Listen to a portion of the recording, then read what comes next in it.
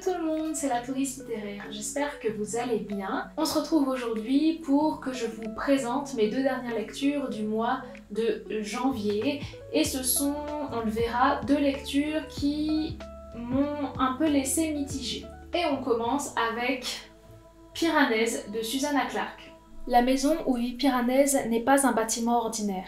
Ses pièces sont infinies, ses couloirs interminables et ses salles ornées de milliers de statues.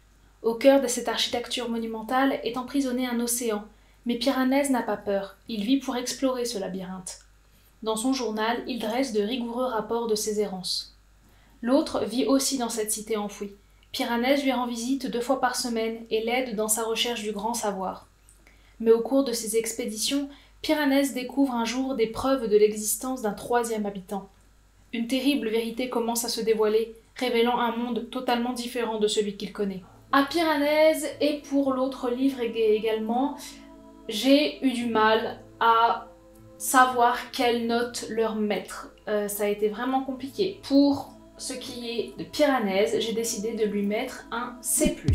Comme d'habitude, on va commencer par les points positifs, et le premier, c'est le monde dans lequel évolue notre personnage, donc qui répond au nom de Piranèse. On suit l'histoire sous forme de rapports journaliers.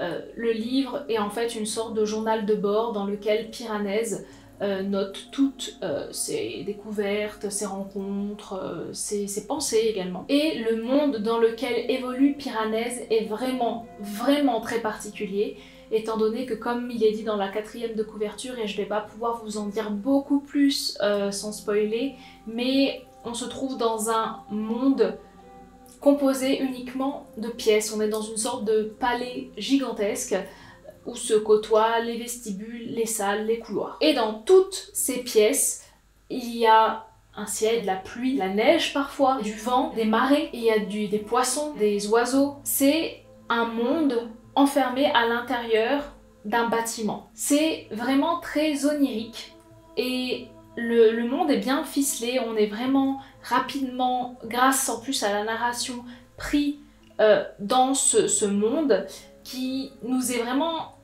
étranger et étrange, étant donné que Piranèse, dans ses rapports d'information, ne parle pas du salon, de la cuisine, de ceci, de cela, ou la pièce où l'on pêche, ou voilà. Non, c'est le 83e vestibule nord, ou la 132e salle est. Et c'est que ça, c'est que des chiffres et une direction. Et au début, ça peut avoir le don de nous perdre, parce qu'on n'est pas du tout familier avec ce genre de description de lieu, mais ça nous oblige à nous mettre dans la tête de Piranèse et donc de vraiment pénétrer ce monde très bizarre et qui est effectivement digne d'un rêve, ou plutôt pour ma part d'un cauchemar. Mais en réalité, le plus étrange dans cette étrangeté, c'est la présence de choses de notre monde. Dans ce monde, composé donc uniquement de pièces infinies, où il y a des milliers et des milliers de statues qui représentent tout plein de choses, des scènes de vie, des monstres, des animaux, eh bien, il y a des choses de notre quotidien à nous, des chaussures, des armes à feu, des lampes torches. Et c'est ce côté onirique dans lequel il y a quand même des choses de notre monde qui est, je trouve,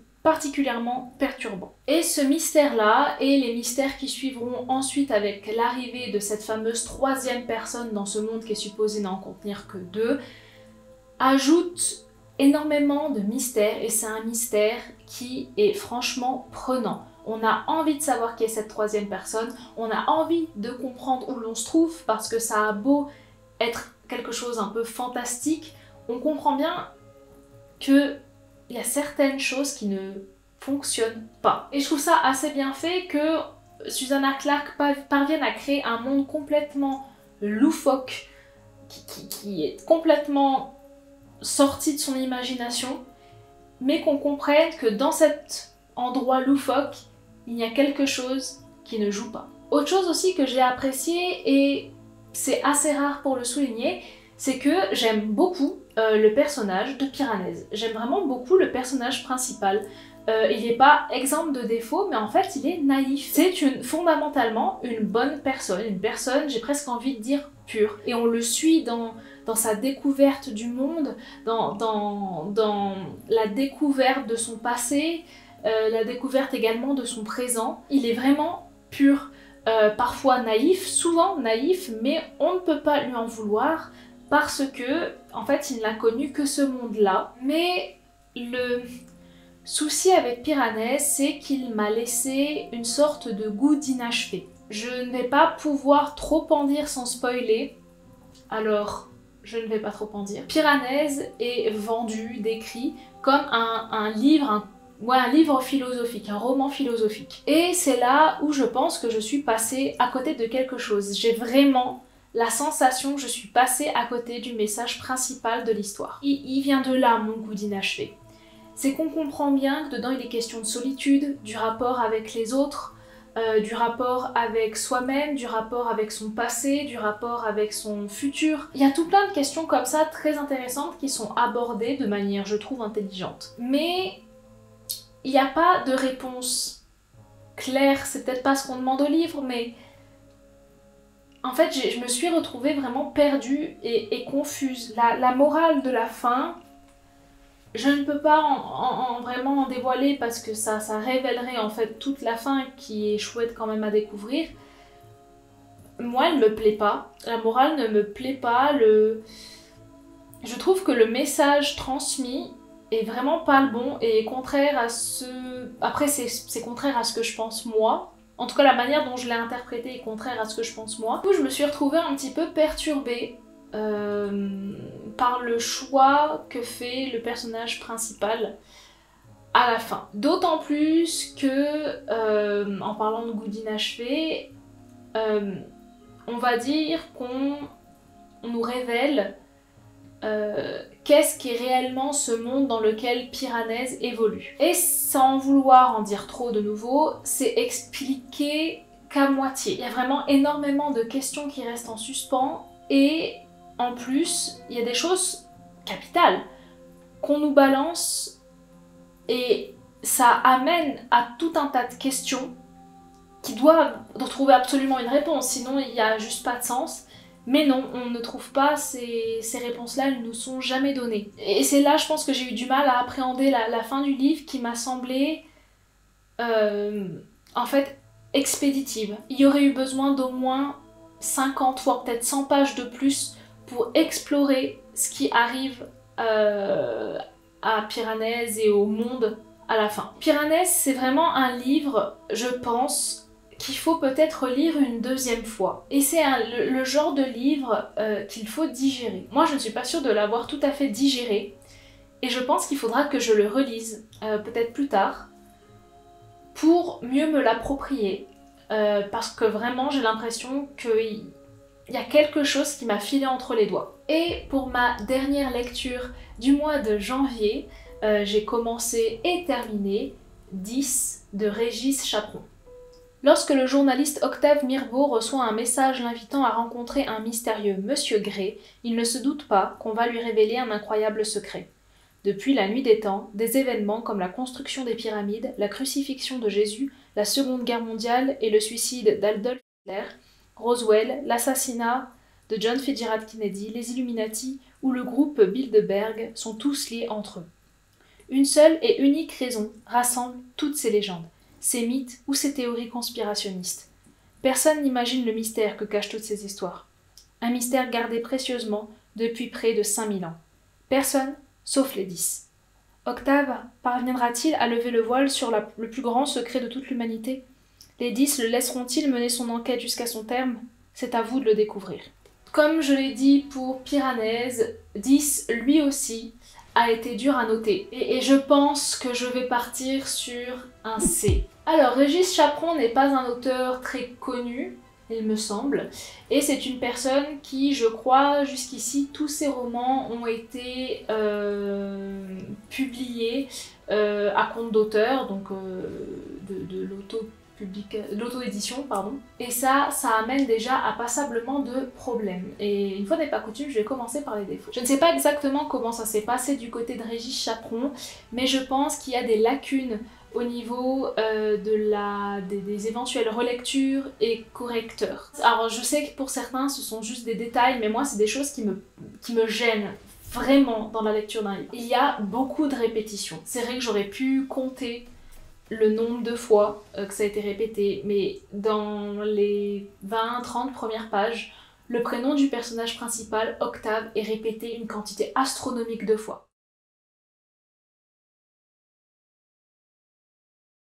Vraiment, c'est octave par-ci, octave par-là, genre comme si le pronom personnel « il » n'existait pas. Ensuite, il y a des petites fautes de caractère, on va dire.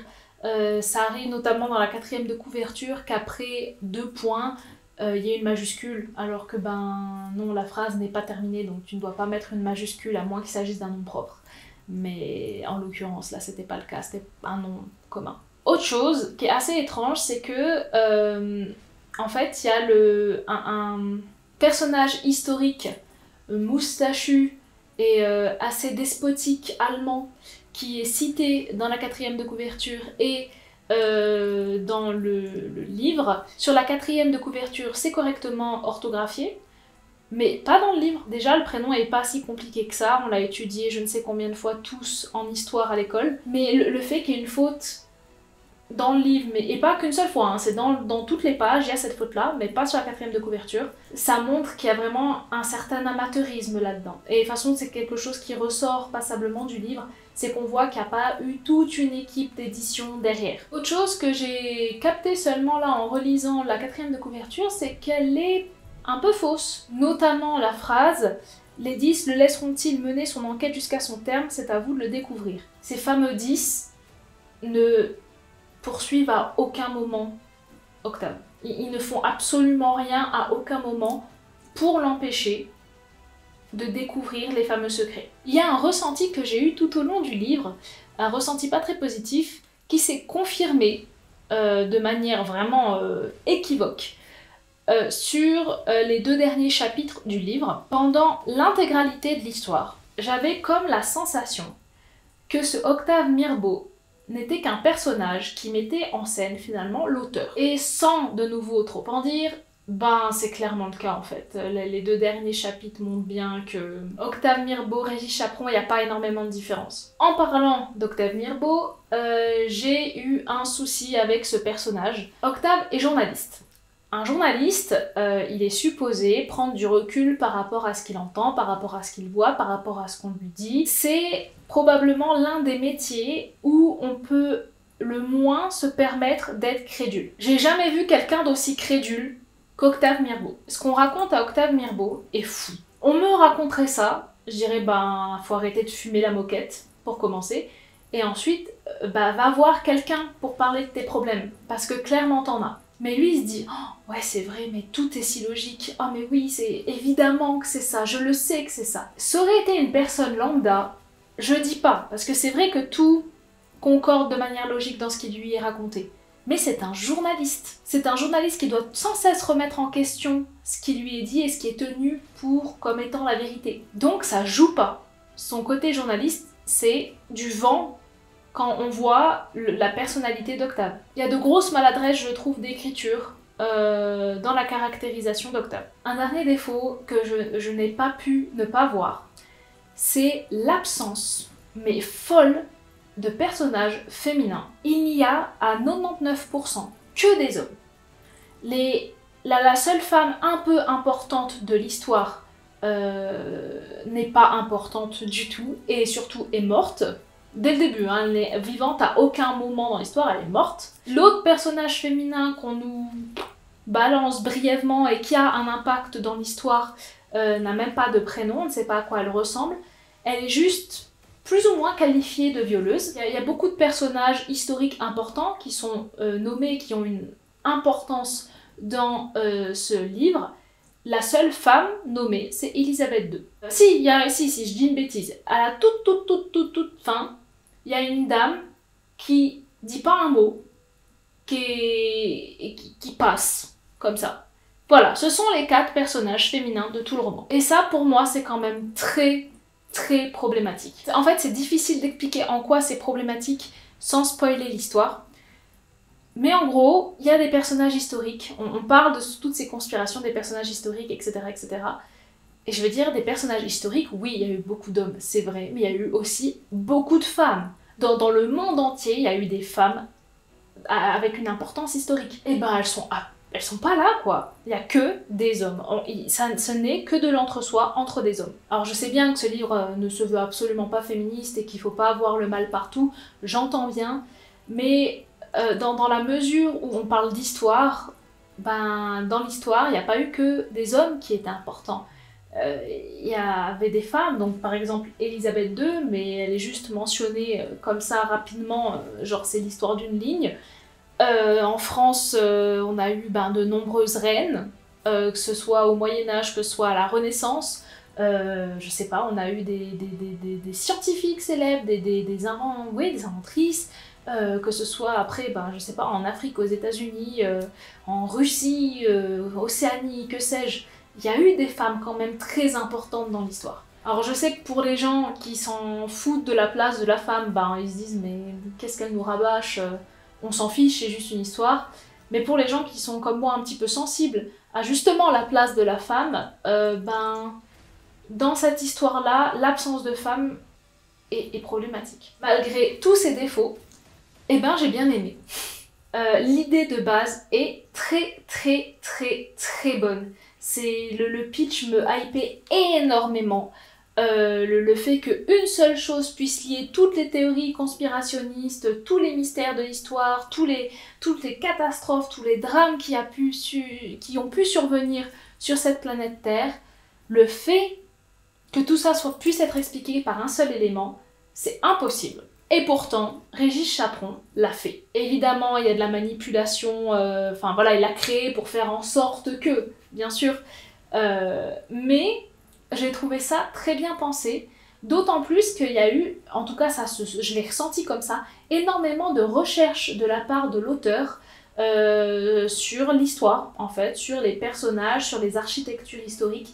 Il y a eu de la recherche, ça se sent. J'ai envie de dire que c'est crédible. Quelqu'un qui est crédule ou quelqu'un qui est adepte des théories du complot, etc., pourrait sincèrement voir en ce livre une réponse à de nombreuses questions. Enfin, en tout cas, moi, c'est comme ça que je le ressens. Franchement, bien joué à Régis Chaperon parce que ça fonctionne très bien. Il y a autre chose que je trouve l'auteur a fait de brillant, c'est que ce secret qui réunit tous ces personnages, toutes ces histoires, toutes ces époques, épopées, drames, tout ce que vous voulez, entre eux, tout ça, ce secret s'est révélé dès le début. Au bout de, je sais pas, peut-être la 20e, 30e page, c'est révélé. Et je trouve ça très intelligent parce que ça nous évite de construire une attente trop élevée qui de toute façon sera déçue par la révélation finale. Parce que on s'attend à quelque chose de tellement ouf que voilà. Le fait que ce soit révélé au début et qu'on montre en fait que tout s'imbrique, ça fait un effet waouh qui peut-être n'y aurait pas eu si il y avait eu une révélation qu'à la toute fin. C'est vraiment un livre qui, de nouveau, malgré tous ses défauts, est très efficace. On apprend tout plein de choses au fur et à mesure du livre. Il y a des personnages qui sont introduits, il y a on va dire des groupes qui sont introduits. Ça marche, ça fonctionne vraiment bien. Et en plus d'être efficace, c'est qu'il y a une certaine humanité dans ce livre, dans le sens où le monde n'est ni tout blanc, ni tout noir, et que ceux qu'on pensait être les grands méchants et tout ça, peut-être pas. Il y a vraiment une part humaine dans ce livre. Je peux pas trop en dire parce que ce serait spoilé et il est hors de question que je le spoil parce que ce livre est vraiment à découvrir. Alors c'est pas pour tout le monde, c'est vrai que je l'ai pas dit, mais 10, il y a quand même certains trigger warnings, notamment au niveau de la violence. Donc Piranèse c'est bon, tout va bien, mais pour ce qui est de 10, il y a quand même du sang. Malgré tout ça, malgré la violence qui peut être là, il y a une certaine douceur, je trouve, qui se dégage de ce livre. Et il faut savoir aussi, c'est vrai que je ne l'ai pas dit, mais que j'adore l'histoire. Je suis fan d'histoire. Donc l'histoire avec un grand H, l'histoire de France, l'histoire des pyramides, que sais-je. J'aime beaucoup ça. Et c'était chouette avec ce livre de revenir sur certaines tranches d'histoire et de voir en fait la manière dont un auteur peut réinventer tout ça et y coller des choses plutôt fantasques tout en faisant en sorte que ça fonctionne et qu'on en arrive au point où on en est aujourd'hui en 2025. Et je trouve ça très chouette. J'ai vraiment passé un bon moment en le lisant, même s'il y a ces défauts qui selon moi, en tout cas une partie, peuvent être vraiment corrigés juste avec une maison d'édition. Après, je me doute qu'en tant qu'auteur, c'est pas forcément simple de trouver des maisons qui décident de nous publier, mais moi je pense que c'est vraiment quelque chose qui manque à Régis Chaperon. C'est une maison d'édition et j'espère qu'il trouvera bientôt parce que ses idées sont bonnes, en tout cas celle-là était très bonne, et je pense que ce ne sera pas mon dernier Régis Chaperon. Je vais voir un peu ce qu'il écrit d'autre. Je sais qu'il a écrit une romance, donc ça j'irai pas lire, mais il y a d'autres choses qui sont un peu plus soit thriller, soit quelque chose de plus fantastique, science-fiction. J'irai jeter un œil parce que sa créativité est assez bluffante. Et bien ça y est, on en a déjà fini avec cette revue des 2 derniers livres du mois de janvier. Pour ce qui est des catégories que j'ai pu valider grâce à ces 2 romans dans mon défi lecture 2025, Piranèse m'a permis de valider la catégorie numéro 15, à savoir un livre qui a été écrit et traduit par une femme. En l'occurrence, la traductrice est Isabelle D. Philippe. Et 10 m'a permis de valider la catégorie 24, à savoir un livre dont le personnage principal est écrivain. Je précise, effectivement, il est journaliste. Il devient également écrivain à un moment donné dans l'histoire. Et voilà, c'est donc tout pour aujourd'hui. Je vous remercie d'avoir regardé cette vidéo. N'hésitez pas à me dire si vous avez lu ces 2 livres et ce que vous en avez pensé. Je serais vraiment très curieuse de savoir. Et puis je vous dis à la prochaine pour revenir sur cette fois-ci mes premiers livres du mois de février. À bientôt!